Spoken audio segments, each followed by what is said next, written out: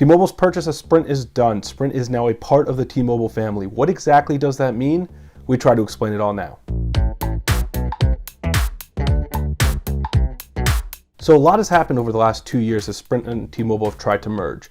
One thing is 5G. That wasn't a thing in 2018 when these companies first entered into an agreement to partner together.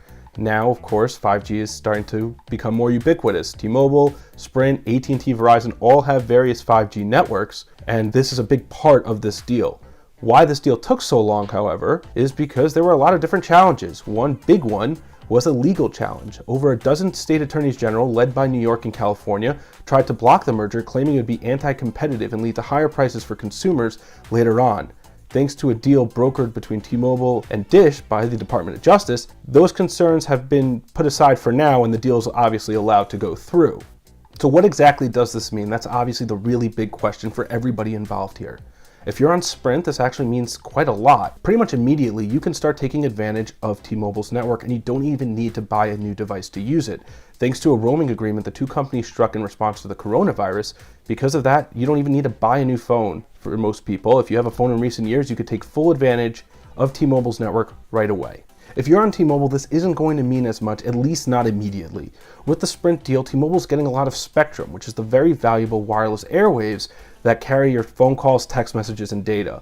When it comes to 5G, this is where that spectrum really is going to start to shine. Sprint has a ton of what's known as mid-band spectrum, which is 2.5 gigahertz spectrum that is really good at offering really fast speeds that still work indoors. T-Mobile has a lot of low-band spectrum, which is what they're touting heavily in their TV ads, and this covers a large chunk of the country, but generally has speeds that aren't a lot faster than the 4G you have today. On top of all this is what's known as millimeter wave, which T-Mobile also has a little bit, and they're using this in urban areas like stadiums. This is also the 5G that Verizon is touting heavily and that has super fast speeds. So with this mid-band spectrum, T-Mobile can do things like offer home broadband replacements because the speeds are going to be hundreds of megabits per second and rival something that you may already have from your home broadband provider. This coverage, unlike the millimeter wave or T-Mobile's low band, has a great combination of both speed and the ability to work in a whole bunch of locations, including indoors.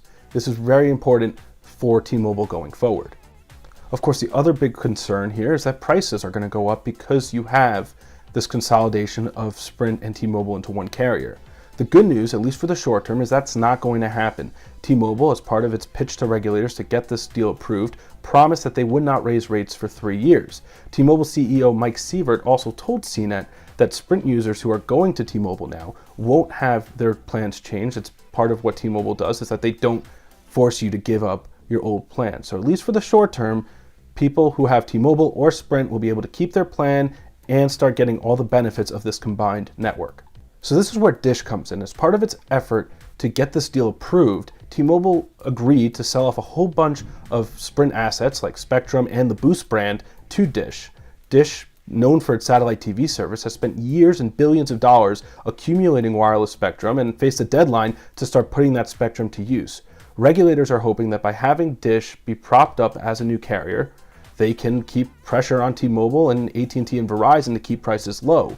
To do this, as part of this deal, Dish, while they're building out their own network, gets to use T-Mobile's network for 7 years.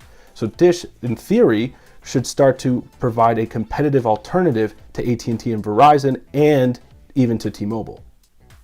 So if you're a T-Mobile or Sprint customer, what do you feel about all this? Are you excited to see what T-Mobile does now?